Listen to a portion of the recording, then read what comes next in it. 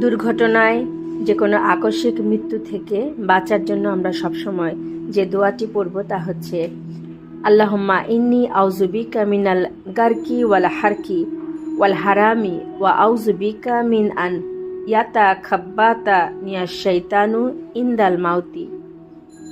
অর্থ, হে আল্লাহ, নিশ্চয়ই আমি পানিতে ডোবা, আগুনে পোড়া ও চরম বার্ধক্য হতে তোমার নিকট আশ্রয় চাচ্ছি এবং মৃত্যুকালে শয়তানের ধোঁকা হতে বাঁচতে চাই। আল্লাহ রাব্বুল আলামিন আমাদেরকে নেক আমল করার তৌফিক দান করুন এবং সেই সাথে আমাদেরকে নেক হায়াত দান করুন। আমিন। চ্যানেলটি ভালো লাগলে অবশ্যই সাবস্ক্রাইব করবেন।